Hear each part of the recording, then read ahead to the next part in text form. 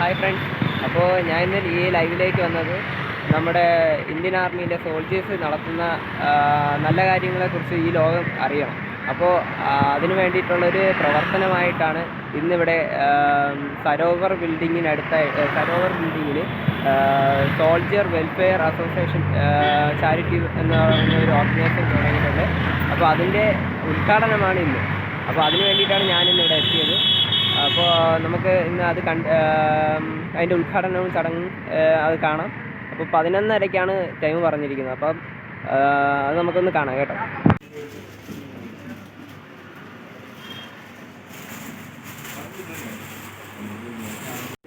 സ്വപ്ന സാക്ഷാത്കാരം ഒരു ഓഫീസ് അതിനോട് സംബന്ധിച്ചുള്ള ഇനാഗ്രേഷൻ അതിന് വേണ്ടിയിട്ടാണ്. അതിൻ്റെ കാര്യപരിപാടികളിലേക്ക് വേണ്ടി ബഹുമാനപ്പെട്ട പ്രസിഡന്റ് രാജേന്ദ്ര സാറിനെ ഞാൻ വേദിയിലേക്ക്.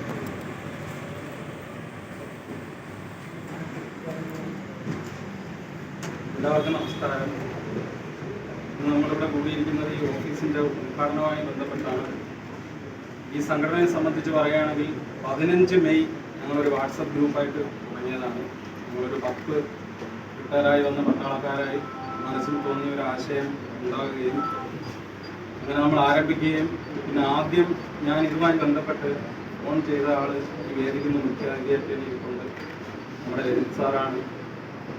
സാറിനെ നിങ്ങൾക്ക് നമ്മുടെ FB പേജ് നോക്കിയാൽ അറിയാം. ആദ്യത്തെ പ്രൊമോ തന്നെ രജിത് സാറിൻ്റെയാണ്.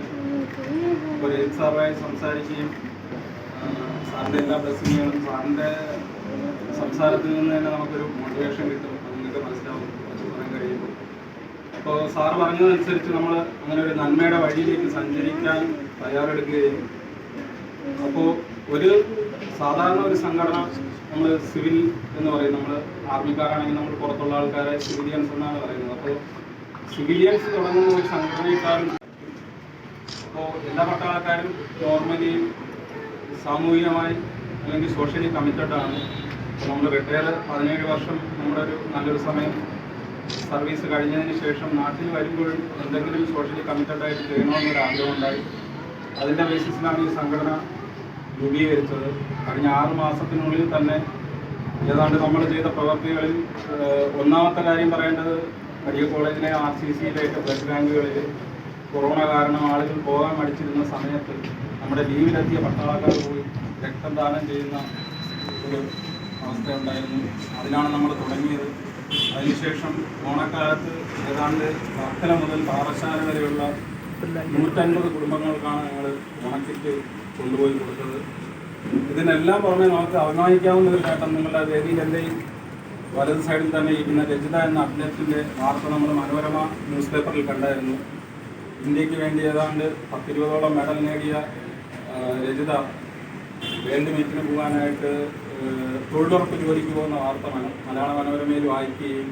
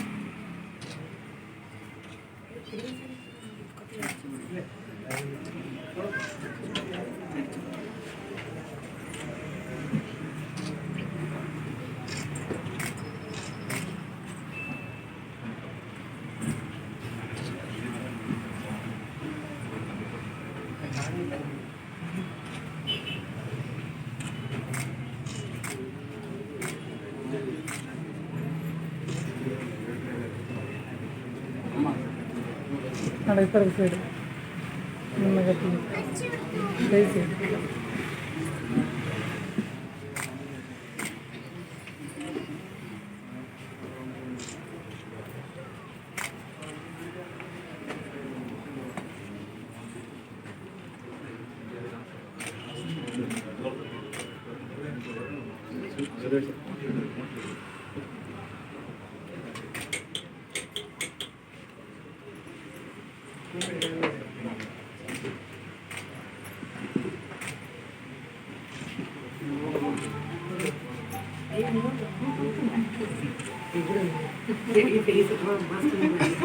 നല്ല ഫോട്ടോ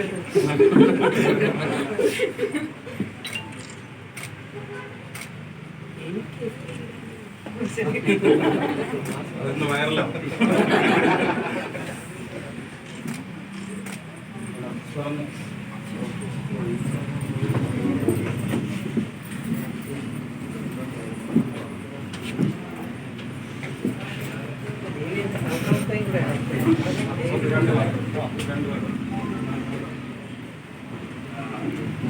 നമ്മുടെ ബഹുമാനപ്പെട്ട ഘടകൻ കുറച്ച് ചെറിയ കമ്മിറ്റ്മെൻറ്റ്സ് ഉള്ളത് കാരണം പെട്ടെന്ന് പോകണം. അതുകൊണ്ട് നമ്മുടെ സംഘടനയുടെ ഒരു മൊമെൻറ്റോ നൽകാനായിട്ട് പ്രസിഡന്റ് തന്നെ വിളിക്കും.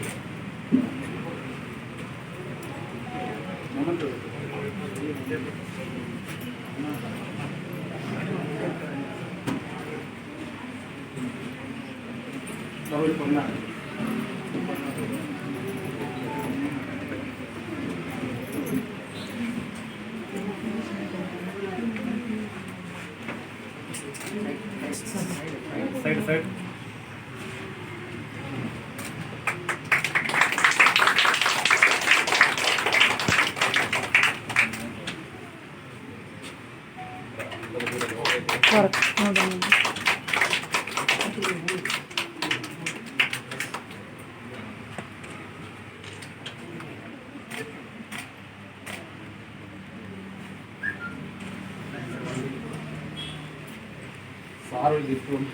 എൻ്റെ ഒരു അമൂല്യമായ ഗിഫ്റ്റാണ് അത്.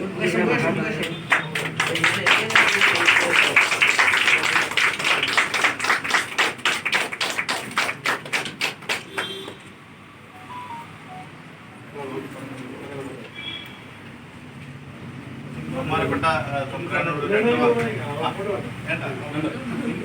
എല്ലാവർക്കും നമസ്കാരം. ഇത്രയും വളരെ നല്ല കാര്യങ്ങൾ ചെയ്യുന്നവരെ നമ്മൾ എന്നും പ്രോത്സാഹിപ്പിക്കണം. ഒരു കണക്കിന് 5 പേരും സംഭവിച്ചാൽ ഇവർ അവിടെ കിടക്കുന്നുണ്ട്, അതിർത്തിയിൽ കിടക്കുന്നതുകൊണ്ടാണ് നമ്മളിവിടെ സുഖമായിരിക്കുന്നത്. ഇതെന്നും നമ്മൾ നന്ദിയോടെ ഇവരെ കാണണം. തീർച്ചയായിട്ടും ഇവർ തോന്നുന്ന എല്ലാവിധ കാര്യങ്ങൾക്കും ഭഗവാൻ അനുഗ്രഹം ഉണ്ടാകട്ടെ. ഇത് നേരത്തെ പോകണമെന്ന് പറഞ്ഞാൽ 11:30 കഴിഞ്ഞ് ശ്രീ പത്മനാഭക്ഷേത്രത്തിൽ പുതിയ എക്സിക്യൂട്ടീവ് ഓഫീസർ ചാർജ് എടുക്കുകയാണ്. അപ്പോൾ അതിന് പങ്കെടുക്കാൻ പോവാണ്. എല്ലാവരും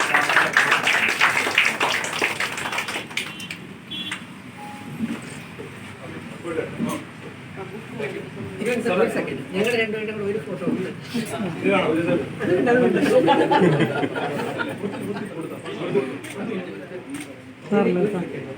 സാർ ഇവിടെ ലൈക്ക് കൂടിയാൽ ഷെയർ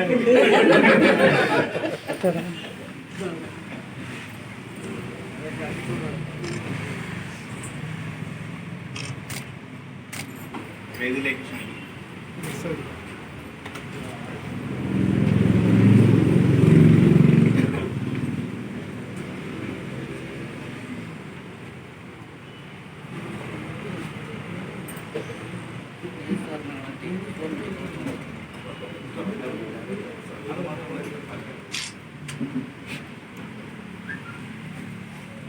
ഇത്രയും ആദരണീയനായ ഈ പ്രോഗ്രാമിൻ്റെ അധ്യക്ഷൻ ശ്രീ രാജേന്ദ്രൻ സാർ, ഈ പ്രോഗ്രാം ഉദ്ഘാടനം ചെയ്ത നമ്മുടെ സ്വന്തം തിരുമനസ്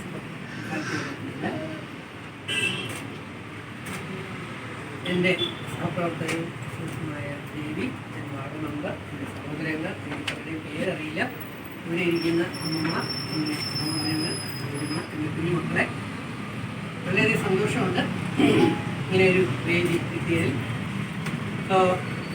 ബിഗ് ബോസ് കഴിഞ്ഞ് ഇറങ്ങിയപ്പോഴത്തേക്ക് ആണ് കൊറോണയുടെ പ്രോബ്ലം അറിയുന്നത്. അതുകൊണ്ടൊന്നും പങ്കെടുക്കാൻ പറ്റിയിട്ടില്ല. ഇന്നലെ തൊട്ടാണ് പ്രോഗ്രാംസ് പങ്കെടുത്ത് തുടങ്ങിയത്. രണ്ടാമത്തെ പ്രോഗ്രാമായി രാജ്യത്തിന് ജീവൻ കൊടുത്തും സർവീസ് നടത്തിക്കൊണ്ടിരിക്കുന്ന, സേവനം നടത്തിക്കൊണ്ടിരിക്കുന്ന എൻ്റെ സഹോദരങ്ങളുടെ കൂട്ടായ്മയിൽ പങ്കെടുക്കാൻ കഴിയുന്നു എന്നുള്ളത് ഒരു അഭിമാനകരമാണ്. പക്ഷേ എനിക്ക് നിങ്ങളോട് ചോദിക്കാൻ, ഞാൻ ആ നോട്ടീസ് വായിച്ചു. രാജേന്ദ്ര പ്രസാദ് ഭയങ്കര പിശുക്കനാണെന്ന് എനിക്ക് തോന്നി. കാരണം 5 മിനിറ്റ് വീതം ആ നോട്ടീസിലെ ടൈം എനിക്ക് അയച്ചു തന്നേയുള്ളൂ.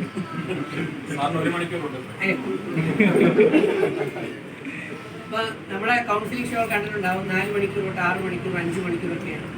അങ്ങനെ കൗൺസിലിംഗ് ഏകദേശം 2000-ഓളം കേരളത്തിൽ പുറത്തുമായിട്ട് എടുത്താണ് എൻ്റെ തൊണ്ട പോയത്. എൻ്റെ തൊണ്ടയുടെ ശബ്ദം പോയത് ഹസ്കി എങ്ങനെയാണെന്ന് ഞാൻ ദേവിയോടൊപ്പം ഡബ്ബിംഗ് സ്റ്റുഡിയോയിൽ പോയപ്പോഴാണ് എനിക്ക് മനസ്സിലായത്.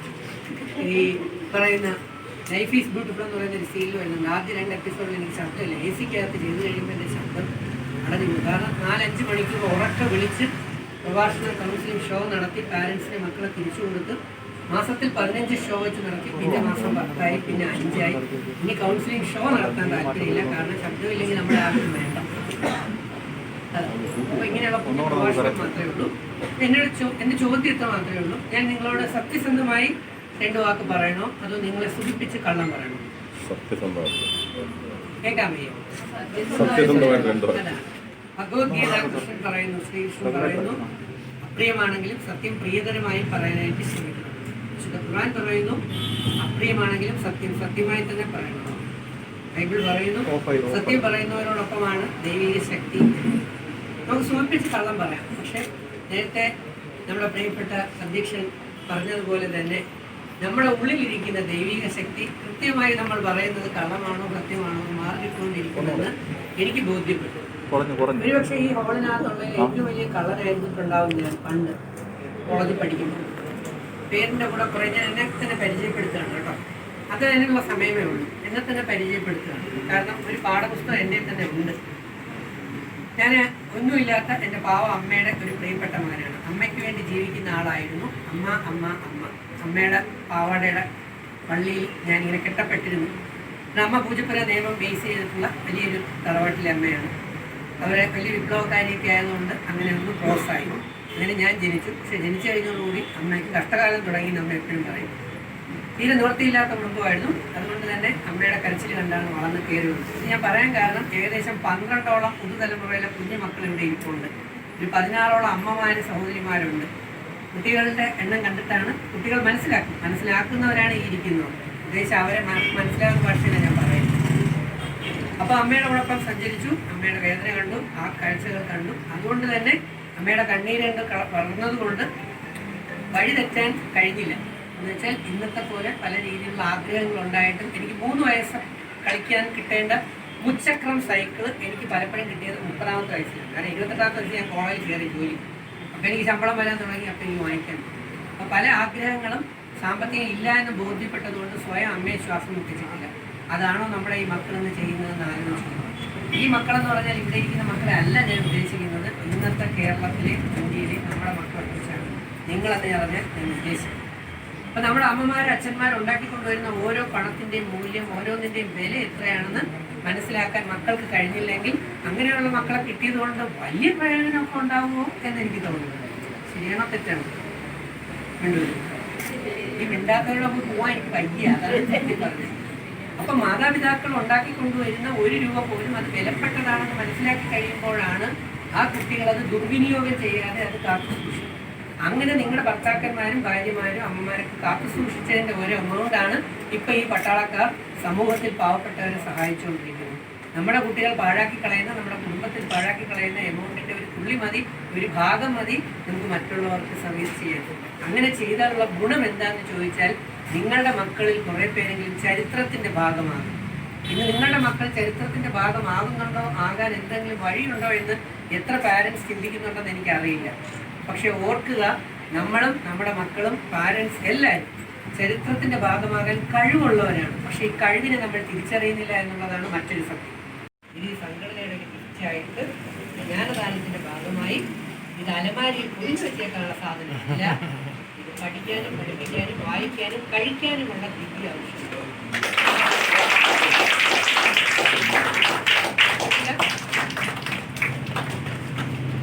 ഓക്കെ, ഈ മഹാരാജാവ് കൊടുത്തപോലെ തന്നെ അത് ഈ കസേര ഇരിക്കുന്നവർ ഗിഫ്റ്റ് കൊടുക്കുന്ന എൻ്റെ സുഹൃത്തുക്കളാകുന്നത് കൊണ്ട് തന്നെ ചിലപ്പോൾ നിങ്ങൾ ആഗ്രഹിച്ചിട്ടുണ്ടായി ബുക്കിന് കോപ്പി കിട്ടിയിട്ടുണ്ടായിരുന്നു അല്ലേ?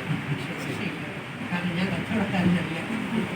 പിന്നെ ആർക്കെങ്കിലും ബുക്ക് വേണമെങ്കിൽ അതിൻ്റെ ബാക്കിൽ നമ്പർ ഉണ്ട്, പബ്ലിഷർ അവർ ചിലപ്പോൾ കൊറിയർ അയച്ചു തരും. അവരുടെ ബുക്ക് സ്റ്റോളിലൊന്നും കിട്ടും കേട്ടോ. അപ്പോൾ എൻ്റെ ന്യൂ ഇയർ ക്രിസ്മസ് ഗിഫ്റ്റായി സപ്പോർട്ടും കാർഡിൽ ഭാവിയിൽ MLA ആവാൻ നിങ്ങൾ അനുഭവിക്കുന്നത്. കാരണം ഇത് എന്ന് പറയുന്നത് ജ്ഞാനദാനത്തിൻ്റെ ഭാഗമാണ്. രണ്ട് പുസ്തകത്തിനെ കൊണ്ടുവന്നതിന് തിരിച്ചു കൊണ്ടുപോകുന്നില്ല. ഇതിനെ തന്നെ ആർക്കെങ്കിലും അത്യാവശ്യം മുട്ടി നിൽക്കുന്നവർക്ക് കൊടുക്കാവൂ. കാരണം അർഹതയുള്ള പാത്രങ്ങളിൽ മാത്രമേ ജ്ഞാനം വിതറാവെന്നും യേശുദേവൻ പറഞ്ഞൊരു വചനം പറയുന്നത്, പന്നികളുടെ മുമ്പിൽ ജ്ഞാനത്തിൻ്റെ വിധികളായി വിധിയിരുന്നത്. ആരെങ്കിലും കേട്ടിട്ടുണ്ടോ എന്ന് എനിക്ക് പറയും. കേട്ടിട്ടുണ്ടായിരുന്നുണ്ടോ? യേശുദേവൻ പറഞ്ഞ ഒരാൾ. എന്തായാലും എൻ്റെ ഹൃദയത്തിൽ നിന്നുള്ള ഇത്രയും ഞാൻ പറഞ്ഞതിൽ ആർക്കെങ്കിലും വിഷമം വന്നിട്ടുണ്ടെങ്കിൽ അത് വിഷമം അതിൻ്റെ ഭാഗം മാത്രമാണ്. ഒരു വിഷമിക്കാണെന്ന് ഞാൻ പറഞ്ഞിട്ടില്ല, സത്യങ്ങളാണ് പറഞ്ഞത്. ചിലർക്ക് നഷ്ടബോധം വന്നിട്ടുണ്ടാവുമായിരിക്കും. കുറച്ച് നേരത്തെ തന്നെ ഇത് കിട്ടിയിരുന്നെങ്കിൽ കൊള്ളാമായിരുന്നു,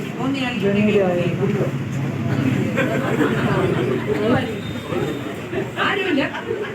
ഈ സാധനങ്ങളും ഈ അറിവുകളും കുറച്ചുകൂടെ നേരത്തെ കിട്ടിയിരുന്നെങ്കിൽ കൊള്ളാമെന്ന് തോന്നിയ ആരെങ്കിലും ഉണ്ടെങ്കിൽ ദൈവക്കാരനോട് പറഞ്ഞത് ആരുമില്ല.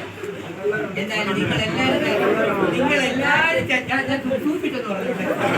നിങ്ങളെല്ലാവരും ചരിത്രത്തിന്റെ ഭാഗമായി മാറാൻ ആശ്രയിച്ചിട്ട് എന്ന് ആത്മാർത്ഥമായി പ്രാർത്ഥിച്ചുകൊണ്ട് ഇങ്ങനെ ഒരു അവസരം തന്ന എനിക്ക്, സംഘാടകർക്ക്, ഇതിന്റെ എല്ലാ ഭാരവാഹികൾക്കും എന്റെ ഹൃദയം നിറഞ്ഞ happy Christmas, happy new year. നന്ദി.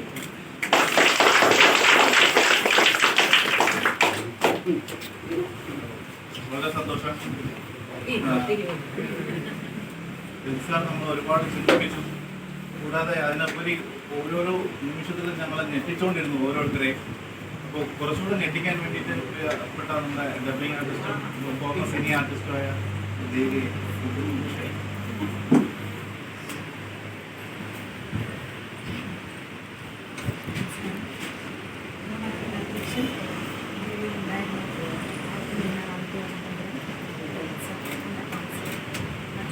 സാറ് വിളിക്കുന്നത് ലാലിനെ സാറ് എന്നാണ് വിളിക്കുന്നത്.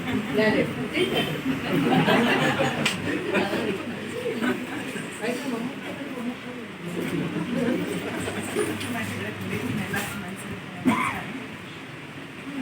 ഈ അസോസിയേഷനെ പറ്റി വളരെ ഇതിൻ്റെ തുടക്കം മുതലേ പത്മലേഖനം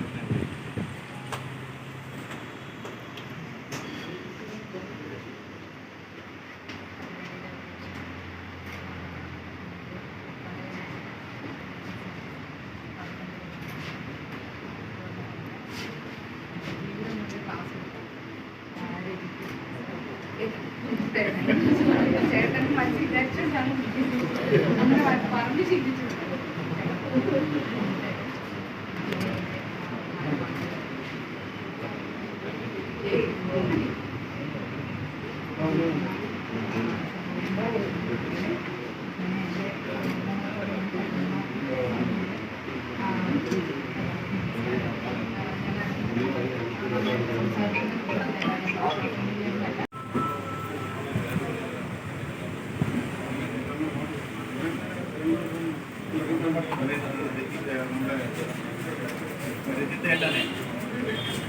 രജിത്തേട്ടനെ ആദരിക്കുന്ന ചടങ്ങാണ്.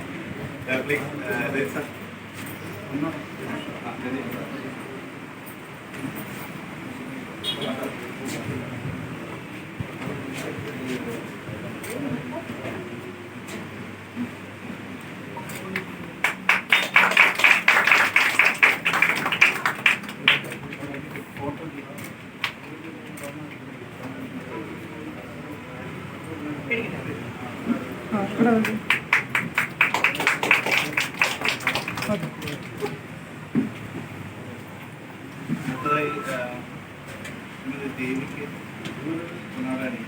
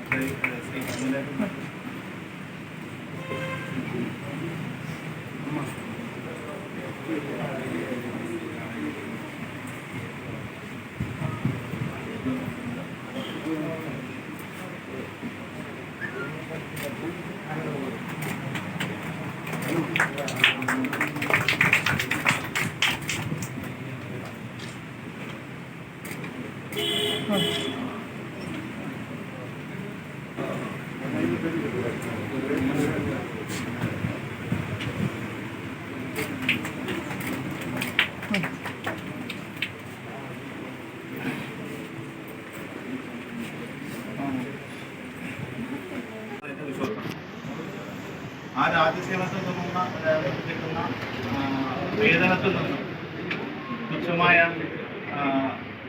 കാശ് നമ്മുടെ സംഘടനയ്ക്ക് വേണ്ടി ചെലവഴിക്കുകയും പല കാരുണ്യ പ്രവർത്തികളിലും അവർ പങ്കെടുക്കുകയും ചെയ്തു. ഒരുപാട് പേർക്ക് മൊബൈൽ പോലും യൂസ് ചെയ്യാൻ പറ്റാത്ത അവസ്ഥയാണ്.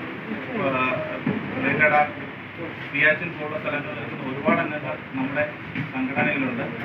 അവരുടെ എല്ലാം പ്രാർത്ഥന ഈ സമയത്ത് നമ്മുടെ കൂടെയുണ്ട്. അപ്പോൾ അവരുടെ പ്രാർത്ഥനയ്ക്കും കരുതലിനും അവരുടെ ആത്മാർത്ഥതയ്ക്കും ഞാൻ ആദ്യമായി നന്ദി രേഖപ്പെടുത്തും.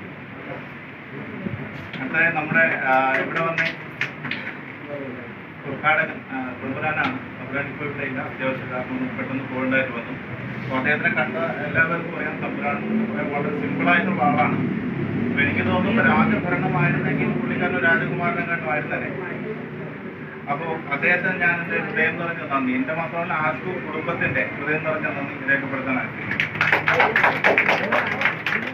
ഇത് നമ്മുടെ പ്രിയപ്പെട്ട രജിത്തേട്ടൻ, ഞാൻ രജിസാറിനെ വിളിക്കുന്നുള്ളൂ. ആക്ച്വലി രജിസാറിന് ദേവി കൗൺസിലർ മാഡം ഒക്കെ രജിത്തേട്ടാന്ന് വിളിക്കുന്നതിൽ അതൊരു സുഖമുണ്ട്. പക്ഷേ നമ്മളെപ്പോഴുള്ള രജിസാറെന്ന് വിളിക്കുന്നതിലാണ് അതിനൊരു ഞാൻ സാറിന്റെ ഫാനാവാൻ കാരണം സാറിന്റെ താടിയാണ്. പക്ഷെ അത് ഞാനിവിടെ പറയാൻ ആഗ്രഹിക്കുന്നില്ല. സാറിന്റെ ഭയങ്കര താടിയാണ്, നല്ല രസമുള്ള താടിയാണ്.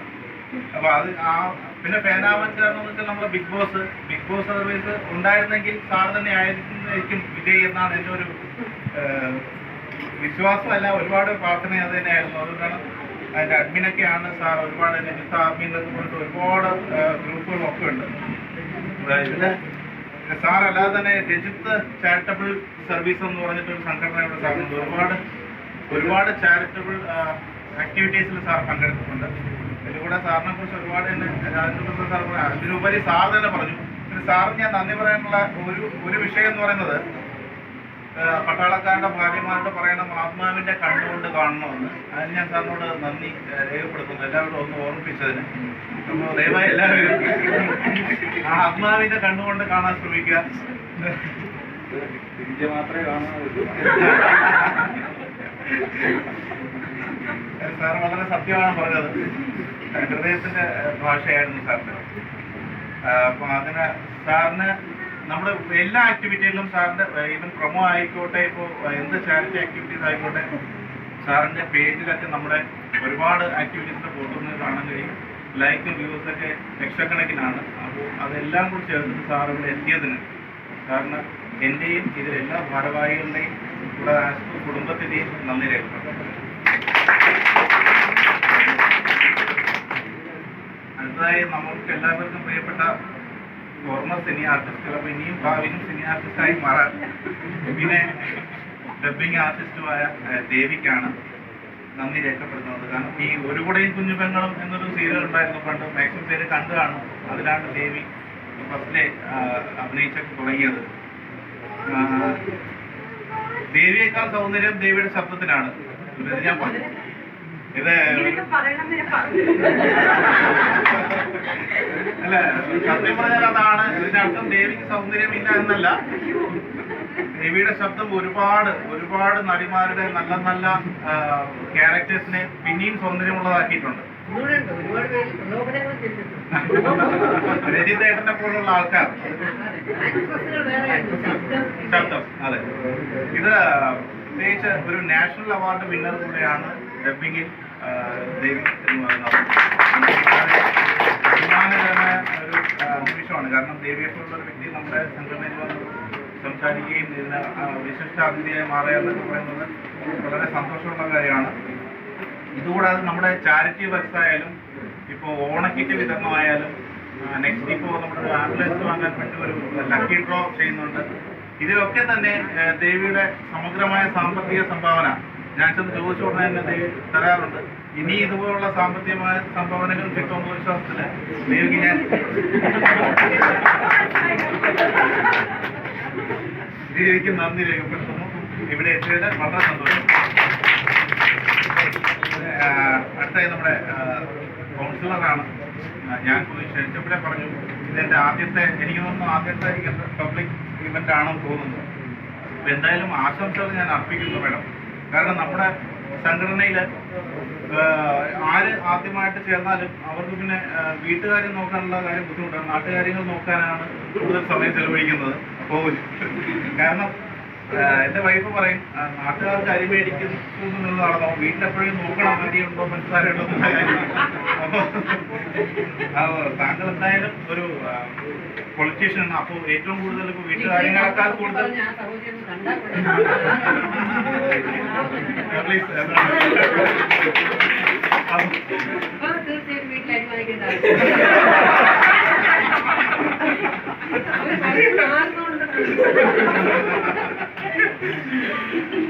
പക്ഷേ അതിനേക്കാളൊക്കെ ആത്മാവിന്റെ കണ്ണാണ് സാർ അതിനേക്കാളും ഒക്കെ അവിടെയൊക്കെ ഇരിക്കുന്നത്. പക്ഷേ ഞാൻ വേറെ കൊണ്ടല്ല, ഞാൻ സമയത്ത് എല്ലാവരും റീഡ് ചെയ്യാറുണ്ട്. ഞാൻ പഠിച്ചിട്ടുണ്ട്. അതിനകത്ത് ഏറ്റവും ദൈവികമായ കണ്ണുകളുള്ളത് അദ്ദേഹത്തിന്റെ കണ്ണിൽ തന്നെയാണ്. പക്ഷെ താങ്കൾ അത് മനസ്സിലാക്കിയില്ല. കണ്ണുകളിലെ എല്ലാ ആർദ്രതയുണ്ട് സത്യം.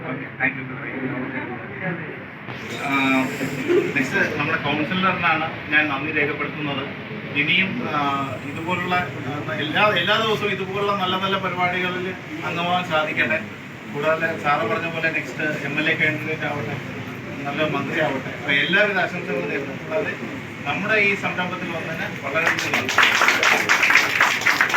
ഇനി നന്ദി അർപ്പിക്കാനുള്ളത് ഇവിടെ വരാമെന്ന് പറഞ്ഞിരുന്നതും കുറച്ച് കാരണങ്ങൾ കൊണ്ട് ഇവിടെ എത്തിച്ചേരാൻ പറ്റാത്ത നമ്മുടെ മേജർ രവി സാർ ഫോണിലൂടെ വിളിച്ച് പറഞ്ഞിട്ടുണ്ടായിരുന്നു, കുറച്ച് കാരണങ്ങൾ കൊണ്ട് എത്തിപ്പെടാൻ കഴിഞ്ഞില്ല എന്നുള്ള കാര്യം. മേജർ രവി സാറിനെ ഞാൻ നന്ദി രേഖപ്പെടുത്തുന്നു. ഇത് കൂടാതെ നമ്മുടെ ഷമ്മി തിലകൻ, അദ്ദേഹവും ഫോണിൽ വിളിച്ചിട്ട് നമുക്ക് വേണ്ടിയിട്ടൊരു പ്രൊമോ ഇപ്പോൾ തന്നിട്ടുണ്ട്. പുള്ളിക്കാരനും കുറച്ച് ഷൂട്ട് കാരണങ്ങൾ വരാനായിട്ട് കഴിഞ്ഞില്ല. അദ്ദേഹത്തിനും ഞാൻ നന്ദി രേഖപ്പെടുത്തുന്നു. കൂടാതെ നമ്മുടെ സീരിയൽ ആർട്ടിസ്റ്റ് പ്രദീപ് ചന്ദ്രൻ, പുള്ളിയും എത്താമെന്ന് പറഞ്ഞിരുന്നു, പുള്ളിക്ക് ഞാൻ നന്ദി രേഖപ്പെടുത്തുന്നു.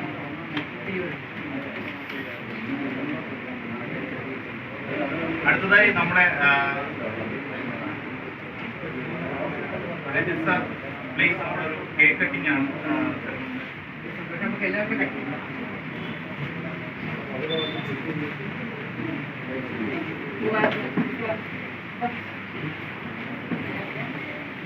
നിങ്ങളെല്ലാം അനുവാദത്തോടെ